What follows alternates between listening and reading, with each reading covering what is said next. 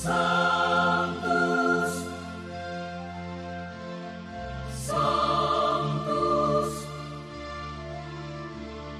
Sanctus Dominus Deus Sabaoth.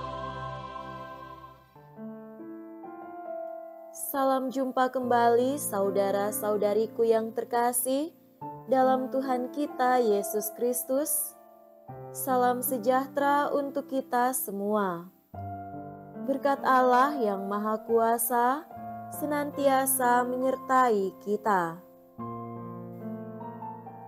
Marilah kita mendengarkan dan merenungkan bacaan-bacaan kitab suci hari Selasa, tanggal 12 September tahun 2023. Bacaan pertama dari surat Rasul Paulus kepada jemaat di Kolose, bab 2, ayat 6 sampai 15. Saudara-saudara, kalian telah menerima Kristus Yesus Tuhan kita. Karena itu, hendaklah kalian tetap hidup bersama dengan Dia. Hendaklah kalian berakar dalam Dia dan dibangun di atas Dia. Hendaklah kalian bertambah teguh dalam iman yang telah diajarkan kepada kalian. Hendaklah hatimu melimpah dengan syukur. Hati-hatilah, jangan sampai ada orang yang menawan kalian dengan filsafat kosong dan palsu, menurut ajaran turun-temurun dan roh-roh dunia, tetapi tidak menurut Kristus. Sebab seluruh kepenuhan Allah secara jasmaniah diam dalam Kristus, dan dalam Dia kalian pun memperoleh kepenuhan. Dialah kepala semua pemerintah dan penguasa. Dalam Dialah kalian telah disunat, bukan dengan sunat yang telah dilakukan oleh manusia, tetapi dengan sunat Kristus, yang wujudnya adalah penanggalan tubuh yang berdosa. Sebab kalian telah dikuburkan bersama Kristus dalam pembaptisan dan dibangkitkan bersama Dia oleh kepercayaanmu akan karya kuasa Allah yang telah membangkitkan Kristus dari orang mati. Dahulu kalian mati karena pelanggaranmu dan karena tak bersunat secara lahiriah. Tetapi kini Allah menghidupkan kalian bersama Kristus sesudah Ia mengampuni segala pelanggaran kita. Surat utang yang oleh ketentuan hukum mendakwa dan mengancam kita telah dihapuskannya dan ditiadakannya dengan memakukannya pada kayu salib. Kristus telah melucuti pemerintah dan penguasa-penguasa dan menjadikan mereka tontonan umum dalam pawai kemenangannya. Demikianlah sabda Tuhan. Syukur kepada Allah.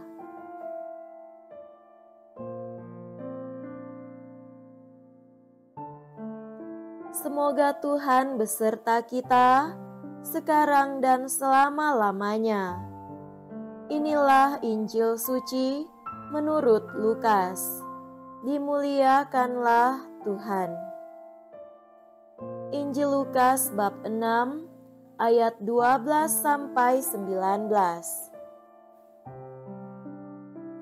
Sekali peristiwa, Yesus mendaki sebuah bukit untuk berdoa. Semalam-malaman Ia berdoa kepada Allah. Keesokan harinya, ketika hari siang, Ia memanggil murid-muridnya dan memilih dari antara mereka 12 orang yang disebutnya rasul. Mereka itu ialah Simon yang diberinya nama Petrus, Andreas saudara Simon, Yakobus dan Yohanes, Filipus dan Bartolomeus, Matius dan Thomas, Yakobus anak Alfeus, dan Simon yang disebut orang Selot, Yudas anak Yakobus, dan Yudas Iskariot yang kemudian menjadi pengkhianat. Lalu Yesus turun bersama mereka dan berhenti pada suatu tempat yang datar.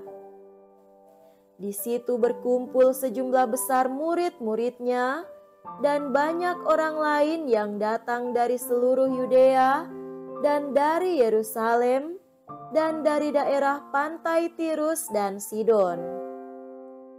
Mereka datang untuk mendengarkan Dia dan untuk disembuhkan dari penyakit mereka.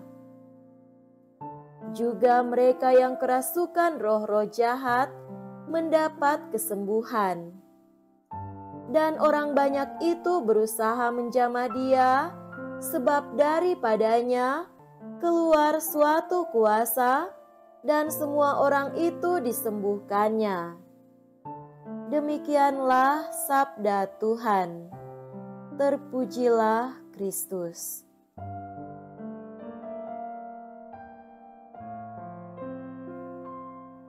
Saudara-saudariku yang terkasih dalam Tuhan kita Yesus Kristus, tema renungan kita pada hari ini adalah tinggal dalam Yesus.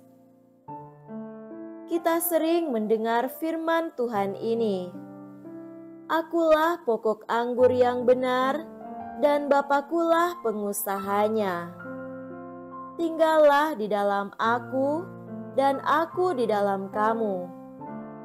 Akulah pokok anggur, dan kamulah ranting-rantingnya. Barang siapa tinggal di dalam Aku, dan Aku di dalam Dia, ia berbuah banyak, sebab di luar Aku kamu tidak dapat berbuat apa-apa." Injil Yohanes bab 15 ayat 1 dan ayat 4-5. Kata yang sama yaitu tinggal, yang digunakan pada perikop tentang pokok anggur, juga digunakan dalam perikop tentang roti hidup. Artinya, Yesus menghendaki agar kita tinggal di dalamnya, seperti ranting-ranting tinggal bersatu dengan pokok anggur, dan tinggal bersatu ini diperoleh jika kita menyantap sang roti hidup itu dalam Ekaristi. Tinggal bersatu ini kembali digemakan oleh Paulus dalam suratnya kepada jemaat di Kolose, bab 2 ayat 6-15. Kalian telah menerima Kristus Yesus Tuhan kita. Karena itu, hendaklah kalian tetap hidup bersatu dengan Dia. Bahkan Paulus menegaskan lagi, hendaklah kalian berakar di dalam Dia dan dibangun di atas Dia. Kebersatuan kita dengan sang pokok anggur, keberakaran kita kepada sang pokok hidup, menjadi syarat mutlak kalau kita mau menjadi rasulnya. Maka, dalam bacaan Injil hari ini, ketika Yesus menetapkan dari sekian banyak murid menjadi rasulnya, syarat yang diajukan Yesus adalah, "Maukah engkau tinggal bersamaku?" Tinggal bersatu bersama Yesus menjadikan kita semakin serupa dengan Dia. Segala karakternya, segala kebiasaannya, dan segala karyanya menjadi modul bagi kita, sehingga ketika kita bertindak dalam pelayanan, ketika kita hadir di tengah komunitas, ketika kita menyapa dalam perjumpaan, semuanya bukan kita lagi, melainkan Dia yang mengutus kita. Kita adalah perpanjangan wajah kerahimannya.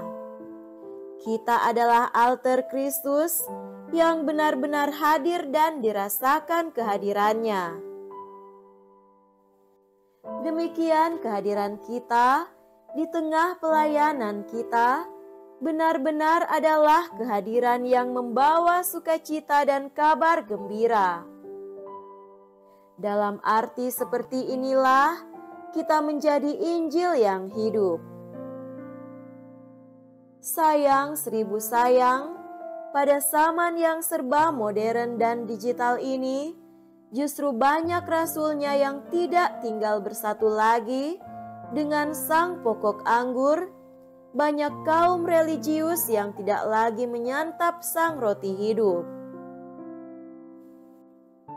Mereka justru tinggal bersama hobi dan kepentingannya, sehingga ketika mereka berada dalam reksa pastoral, bukan kepentingan domba-domba yang diperjuangkan, melainkan kepentingan pribadi yang menjadi tolok ukur pelayanannya. Mereka menyantap kesenangan-kesenangan sesaat yang tersaji di media sosial, sehingga bukan lagi warta surgawi yang menjadi prioritas mereka, melainkan pencarian diri dan kenikmatan sesaat yang menjadi pergumulan hidupnya. Dan sebagai anggota umat Allah, kita pun yang semestinya bersatu dengan Kristus, justru malah menjauh dari kegiatan dan perayaan gereja karena alasan yang dibuat-buat dan tak mau berperan dan aktif di dalamnya. Saudara-saudari terkasih, bahagiakah kita sebagai murid Yesus? Kebahagiaan seorang murid Tuhan tidak terletak pada sejauh mana dia memperoleh segalanya, tetapi sejauh mana dia tinggal bersama sang pokok anggur dan sang roti hidup. Semoga demikian. Amin.